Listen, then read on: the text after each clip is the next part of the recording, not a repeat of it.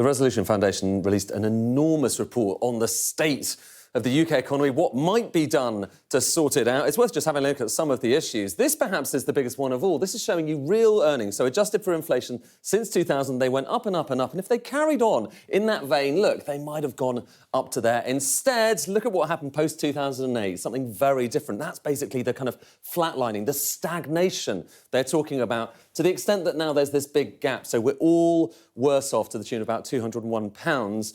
And that's not the only issue. Look at the gap between rich and poor. So this is something called the Gini coefficient. It's a measure of income inequality. And you can see the UK, the higher these bars are, the more unequal. The UK is much more unequal than many other countries around Europe, particularly Northern Europe, particularly the Nordics. And only the US in this group is more unequal. So it's those two issues together that they say is a problem.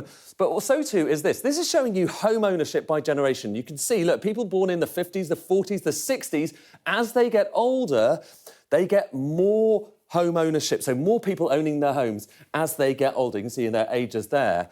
But look what happens now when you're talking about kind of millennials and you're talking about those born in the 80s, those born in the 90s. It's not going up so quickly, so they're not able to get on the housing ladder quite so quickly. That's a big issue. Potentially you need more homes as a result of that.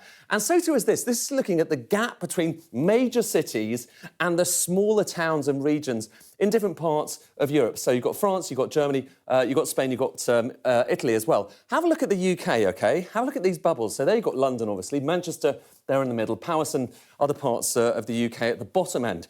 But it's this gap that is quite concerning. A bigger gap between London and the rest, and these lower income parts of the UK far lower, look, you can see, than, for instance, in Italy or in Germany. So that's a concern in terms of the way that wealth, the way that income is distributed around the UK. And so too, says the Resolution Foundation, is this. This is showing you wealth going up over the years, so it goes higher and higher, higher.